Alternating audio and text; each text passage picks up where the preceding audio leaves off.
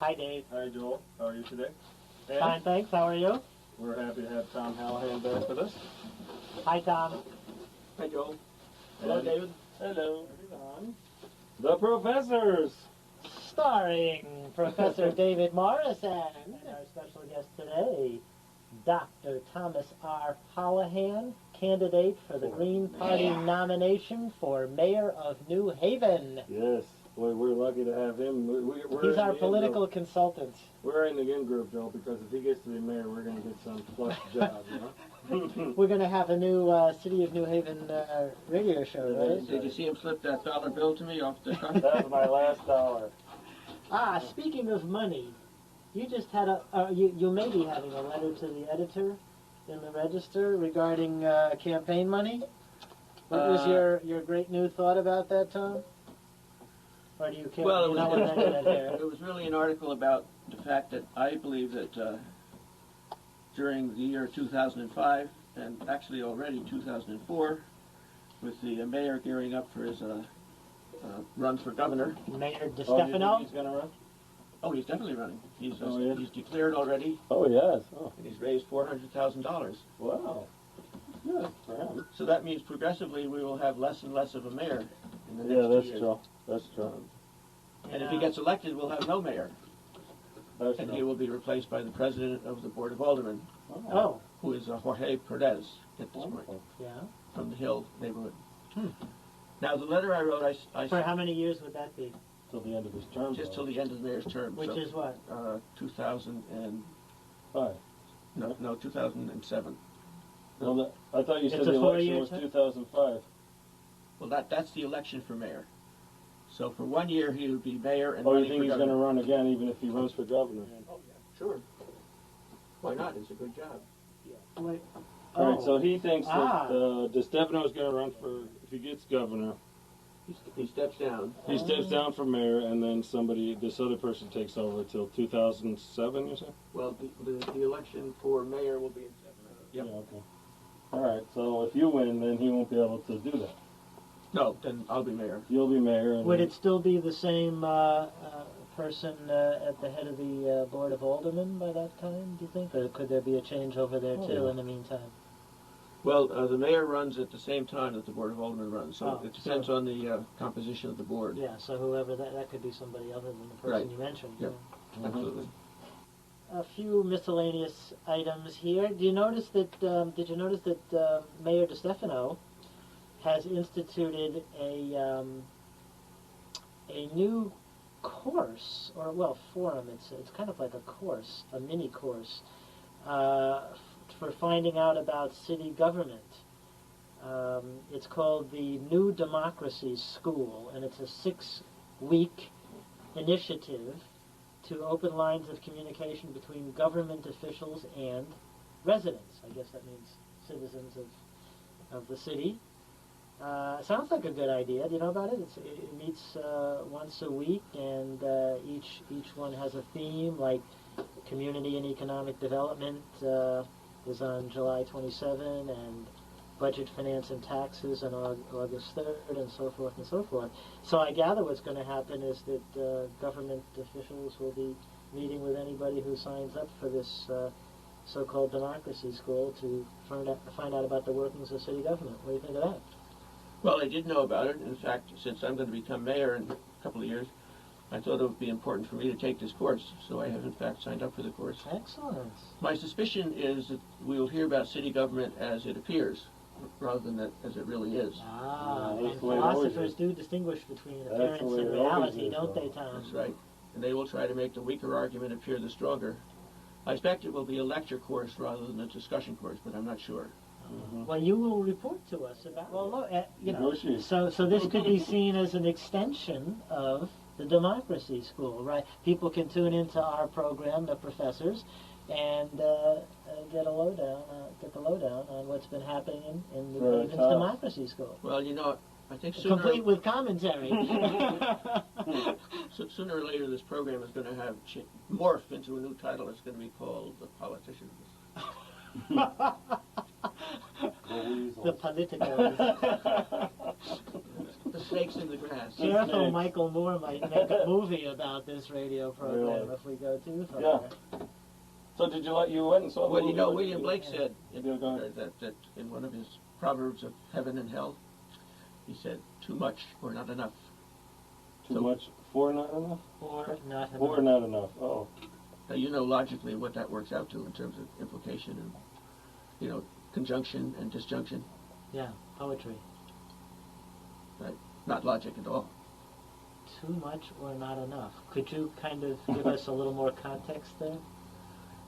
Yeah, if you don't go all the way, and even more than all the way, you're as bad as doing nothing. Oh, I see. Oh. It's recommending the former course of action on pain of the latter course of action. If you don't do too much, you haven't done enough. Is that how you read it? That's correct. Ah, interesting. Very interesting. Yeah, see, the syntax alone did not give it away. No, it did not. You needed a little...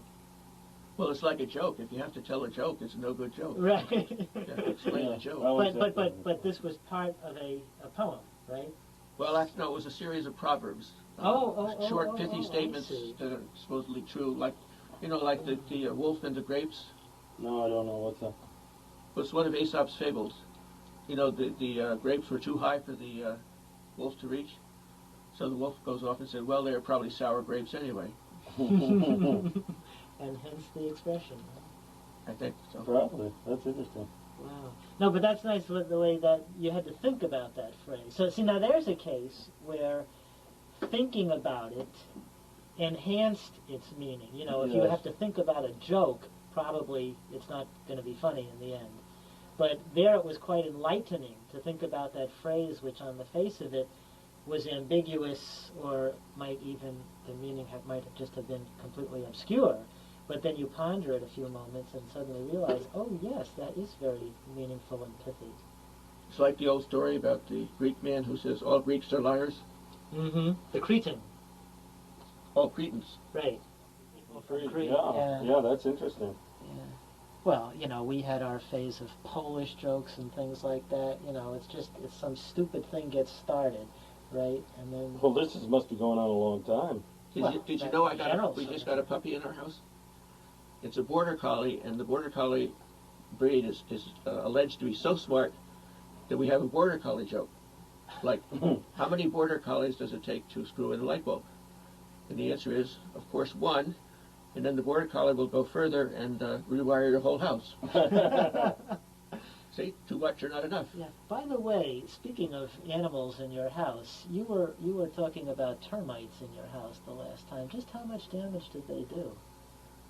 Well, this is in the house we sold. Oh, you did sell it. Well, what happened was that our inspector didn't find termites. Maybe he was prejudiced in favor of us. But their inspector found termites all in the basement floor, which was part of which was wooded over. I mean, it was.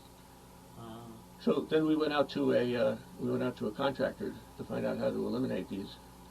And what they do. Well, you say we, but this was after the sale. No. This is while the sale was pending. Oh, okay. You always do an inspection. Mm-hmm. And what we found is that the way you kill termites is you spread poison around the outside of your foundation, all the way around.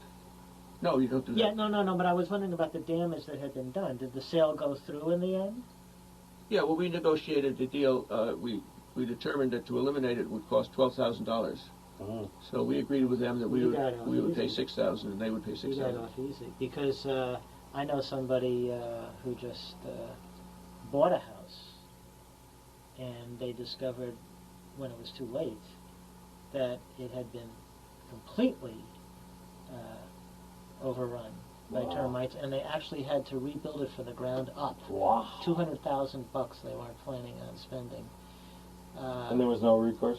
No, because there was something about the person who was really responsible had sold it, and then the person who bought it immediately resold it to these latest owners just to turn a profit, and so somehow the person who was really responsible got off the hook in the process. Well, the seller is not responsible to disclose termites. Sometimes the seller doesn't even know there are termites. Oh. It's the job of the buyer and his Let the inspector. buyer beware, in other words. Well, the buyer What's gets that, an inspection. caveat emptor or something like that? Yeah, caveat emptor. Let the buyer beware. But the interesting thing about this, which mitigated the $6,000 a little bit was the fact that to get the termites out, what they do is they impregnate the wood in the house with a poison. And the termites actually come from a large colony underneath your lawn, outside of the house. And the working termites that go in and chew the wood bring back the residue wood and to the termite colony. And then they share the chewed up wood with all of the termites. So if you poison the wood, then they bring back the poison and the whole termite colony is eliminated. Sort of like a fifth column or something like that. You know, infiltrators. Yeah, that's interesting. Terrorists, in a way. Yeah, Local yeah. terrorists. Yeah, that's true. So Tom, how are you going to go about raising money for your mayoral bid in such a way that is completely ethical? Because it takes a lot of money, right? What was it? $1 million was For a mayor? Was? Am I confusing the mayor with the No, race the for mayor. governor? Actually, John DeStefano has already raised, I think, for the mayor. He usually raises about $400,000 for the mayoral election. For the mayoral. So when you consider all the candidates, it could approach $1 million, couldn't it? Well, not counting me, I'll tell you, because well, I mean, I just plan to run a low-budget campaign. One of the things I've noticed when you make brochures and hand them out, nobody reads them in the first place. And second of all, people are a little put off by this big piece of reading document that they have to do. So it generally goes on the ground. So I found that what's very effective is if you make up something like your personal card, because when you give a person, like a business card. right, because when you give that to a person, it's more of a bonding thing, because it's Yeah, more no, from keep you. it to yourself.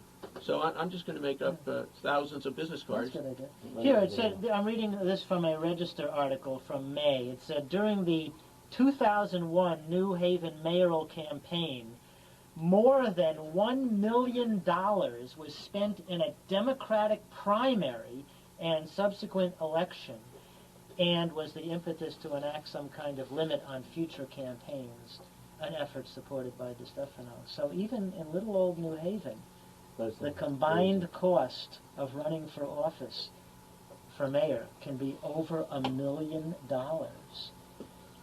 Right, and the Democratic primary soaks up most of that, because that's where it's a one-party town. that's where the basic choice is made for candidate. Right. And then the general election is a shoo-in, but well, one thing, I'm not going to use television. And Well, cable, you're going to use cable now with us. oh well, You'll be on our show. Yeah, but we can't endorse anybody. We have to have his opponents on. Mayor DeStefano, you're Yeah, welcome you to be can on the come on in program anytime. We'll be happy. And to who have else that. might be running? Any ideas on that, Tom? Who shall we have on? well, normally in the Democratic Party there's a minority candidate. Sherry Killens was the minority candidate in the past. Jim Newton's has been. Of course, Martin Mooney ran, I think 4 years ago. He's not minority, but he was the Democratic. And John DeStefano has generally, smashed them. I mean, they get something like 30 or Well, 30. then we should have those people on, Yeah, for of sure, course. to Well- allow equal access to Well, the public's attention. They haven't declared yet this year. I mean, whoever it is. Yeah. Whoever it is. Yes. Oh, you think it might be the same, too? I'm not sure. I know. I feel confident that there will be a minority, a African American candidate. But you would never step down on behalf to support someone else at that point in the game, anyway?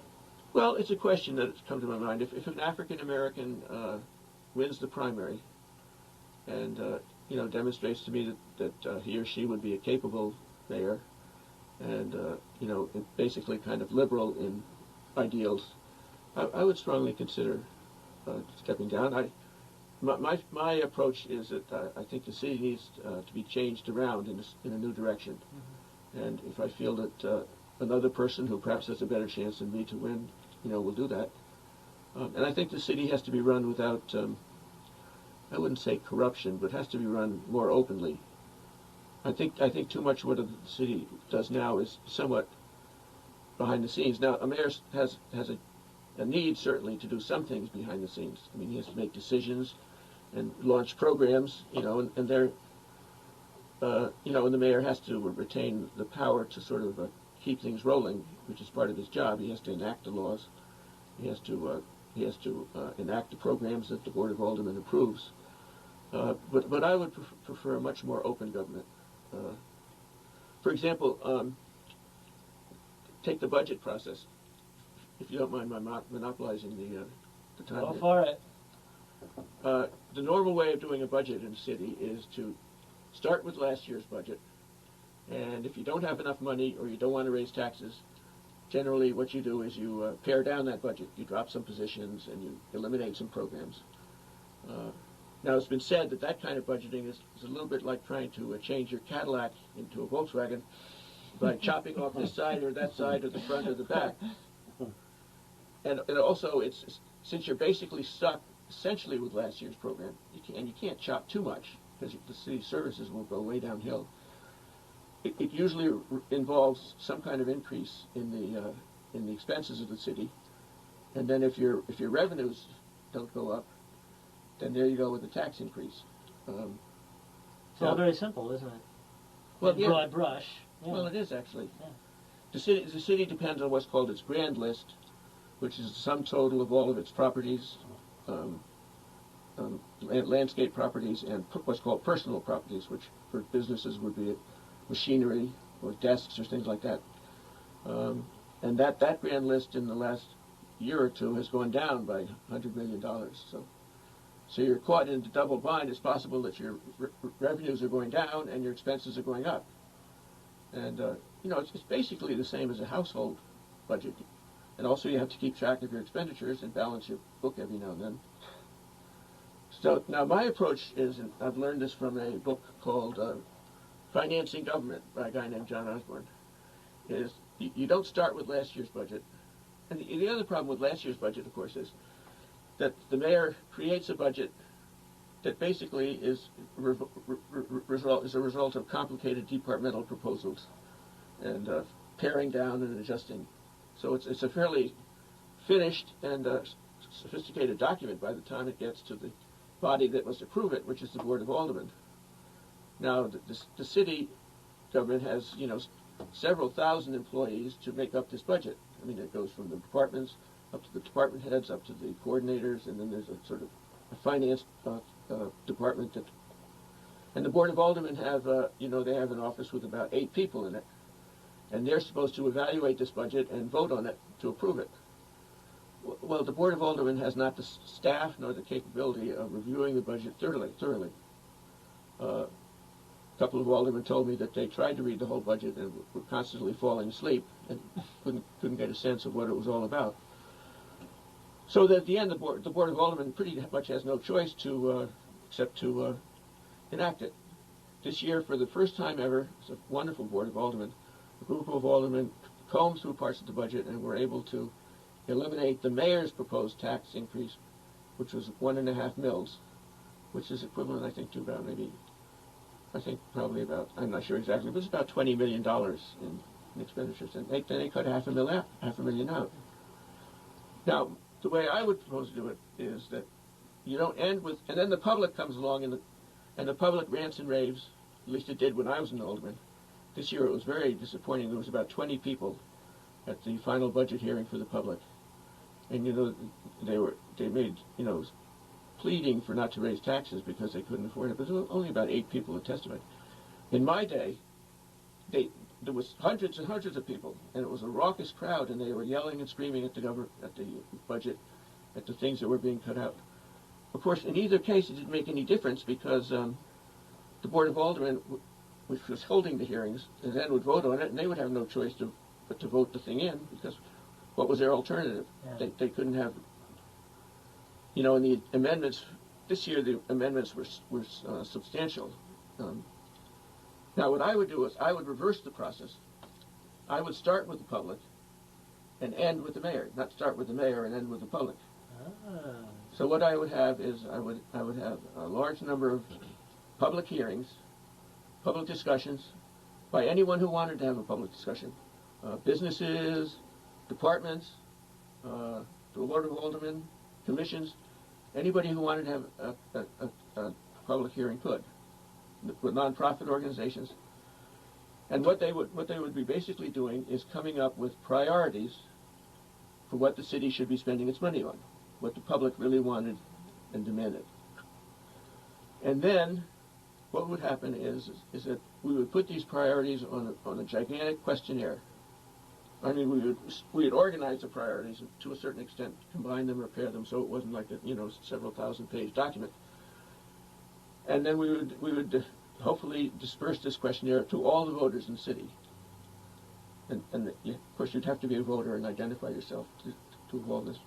And then when the questionnaires were collected, we'd tabulate them by computer, and we would get a list, and to a certain extent, a ranking of the priorities that the people wanted to see in the city. Whether it would be, improve our parks, or open our library more times, or, put more police on. And by the number of people that would vote for each priority, we would have a ranking, which the most people wanted to see. And then the creation of the budget would have to be responsive to those priorities. Even if only a very tiny minority of the citizenry actually did vote? Well, which is typical, right? Well, no, we would see. They're not voting for something that they have no choice with. They're actually voting by giving ideas. No, he means fill out the forms. No, I know what you mean. I think that's what he's Well, saying. and Right? even those who will come to the forums, it's not going to be Yeah. the whole citizenry. So it's you going might to be have a 50 people. minuscule It won't be. percentage. Well, I think if people understand that they will have significant input in this process, they will, they will tend to vote more than if they just vote for something that's, a done deal. Hopefully, I mean, it may not work. It's been tried in several municipalities around the country, and has gone a long way towards not only making the people more excited about their government and involved, but there's a built-in way of saving money. The first way is that you have the departments don't present a budget to be cut, or what departments do is that they have to submit a proposal as to how they're going to address these priorities. Mm-hmm. And other people will be giving priorities too, and some departments will be crossing. Well, it sounds like a nice way to try to shake things up anyway. Well, that couldn't hurt. I'm not a troublemaker, although everybody thinks I am. The thing that it is that you will only, there will be a cutoff point on the priorities. You'll go down the list until you feel what the city can afford, and then you stop. Yeah, but you don't want to make it just something automatic that a computer could do. I mean, it's still the fact that you're a bunch of elected officials who have been elected for the purpose of deliberating, right? And sometimes you might have to make some tough choices and even decide to do something which flies in the face of this prioritization that is generated by the process that you've just described, right? Right. But of course that process will create its own kind of political pressure, because it'll be the front page headline in the New Haven Register that 90% of the people said lower the taxes as their first priority, and then in the small print in the last paragraph it'll point out that only 15% of the people voted in the first place, right? But the big headline will create the political pressure, and on and on and on. So you still have to have, there's no way of avoiding having to have strong-minded people with integrity who are making the decisions. Well, your comments suggest that you were a pessimist, and my comments suggest that I'm an Mais optimist. non, moi? Well, I'm saying more people than 15% will vote, and you're saying 15% will vote, and that will be a detriment to the process. Yeah. But we don't know because it hasn't been tried. Right. All right, Well, I'm an one of agnostic then. We don't know. Be prepared, hope for the best, but prepare for the worst, Tom. No, and Funny you should call me a pessimist, by the way, because just 5 minutes before this program started, I was berated for being an optimist by somebody else. But I won't go into that. I'm a bit of both. By me? No. Well, if you're a bit of both, then you're a realist. Meanwhile, I can see that my co-host, David Morris, is sitting here patiently with something going on in his mind. You can tell by looking at the eyes. Oh, no. Yeah, because I'm he's just thinking, listening. He's listening and listening and listening, but I know that he's going to, at one point, just make some simple but devastating. Listening to the professors on WNHU-West Haven 88.7 is Dr. Thomas R. Holahan, candidate for the Green Party nomination for mayor of New Haven. So, Dave, did you want to jump in? No, wait a minute. Just yes, one Tom? comment. Then One I'll more shut up. comment. All right. Now, in your discussion about David, excuse me, I would say you're a pessimist about here. My take on it was that his eyes were bright and shiny, but they had just opened. That's true. Well, you're going to benefit from these actions. Right. Moving right along, I wanted to ask you, speaking of the governor's race, I wanted to ask you for your thoughts about Curry, is it? Bill Curry? Bill Curry, yeah. Because he's going to throw his hat in the ring for governor, right? Well, you know, I think in Rowland's first attempt, I think he has had 3 terms, I think. You know, Curry ran against Rowland and almost won. Mm-hmm. I consider, from what I've heard and met him, I think he would be the most intelligent and effective governor that probably has ever been seen. He's politically savvy. He makes the liberal agenda look not only doable, but you know, looks, I would say, almost unassailable in terms of the good effects it's going to have on the population. The problem is that, like other candidates that, as usual, I will not name either, me, that is, you know, he tends to be a little boring on the trail. I mean, he doesn't spring out of his, you know, his intelligent role. You know, intelligent people, when they run for office, they're not liked. So the big trick is when you're intelligent. You made that point last time, and we contradicted you by naming some successful, intelligent politicians. Well, if they're successful, that means they're not only intelligent, but they know how to disguise it. Didn't I say that? No, I think disguise it. Don't you think some people have an actual force of intelligence that makes them electable?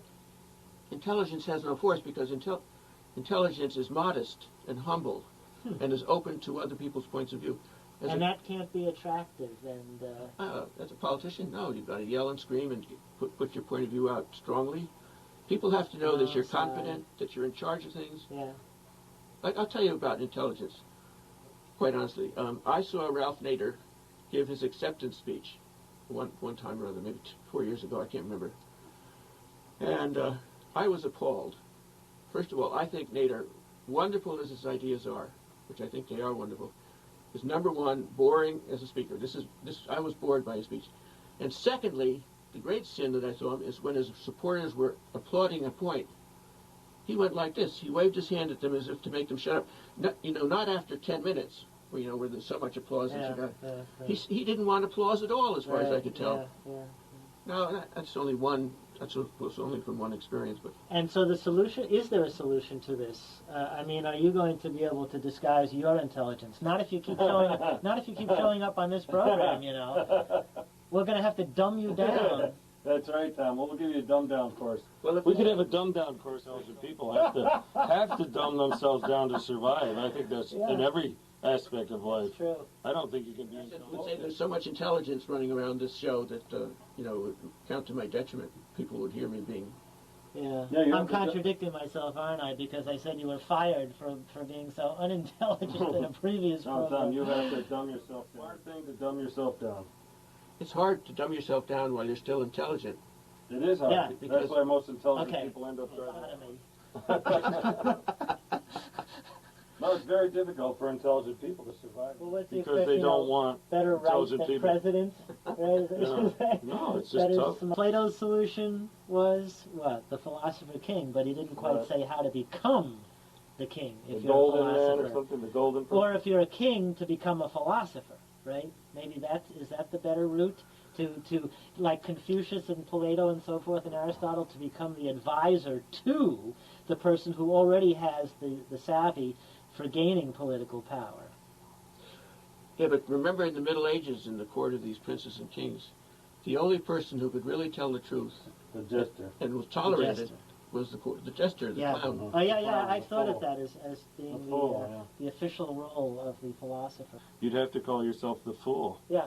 So if you really want to tell the truth, you have to change the name of the field to the fool, so that you become can the fool. I'm not a philosopher, I'm a fool. Of course, that was exactly what Socrates was saying, although he said it in such a way that people didn't believe he meant it. Well, but he was saying, hey guys, I'm a fool, and so are you. And they didn't like hearing the latter part. They didn't like the second part. Yeah. But since he said you are the fool too, then that got him killed, I guess. Yeah. Right. So you got to say you're the fool. You can't say they're the fool because they're brilliant. The mob is brilliant. Okay, this might be relevant to our discussion here. This column by the priest and the rabbi called the God Yeah, sure. Squad? Mhm. You ever read that, Tom? It appears Yeah, in the I've seen Register occasionally. I No. think they probably have a national following at They're this on point. Imus in the morning too, I think. I find it interesting reading that column. And let's see, I don't know how much of this one I can read in our little amount of time here, but they're talking about the role of religion in politics. Can I just start reading this? What do you think? Good. Okay. Oh, Tom, you have to leave in a few minutes too, don't you? Couple minutes. Okay, then maybe I should hold off on this. Yeah. What would you like to About the say as issue? your parting remarks for today? We will certainly have you back. Well, I'd like to address that issue just briefly. We can Okay. pick it up. I mean, I believe that the point of contact between God and the world is the individual. Everything about religion is the idea that church is to facilitate the individual's relationship with God. It's completely personal, and if you study your Kierkegaard, it's basically beyond ethics. It's like too much or not enough. Ethics is good, but sometimes you have to go beyond ethics to be religious. But only the individual can do that. So therefore, as far as the religious person's role in the world, he is religious, but in his role working with the world through justice and ethics, he must follow the rules of the world, and he must go with the world. And according to my belief, that if this man is person or woman is in touch with God, then God will give them a facility for doing a top-rate job on this. But in no way would the individual be promoting a church or a program or his own religion, because the religion, to my mind, is purely personal. And when it becomes non-personal, it's no longer religion. You lose your contact with God when you try to make religion part of your daily or public activities. Would you say when it becomes non-personal, it becomes a philosophy, not a religion? No, philosophy is an entirely different area. Philosophy generates from the mind. Religion generates from the whole person, from the spirit, I think, which includes the heart, and the mind, the will, and the body even.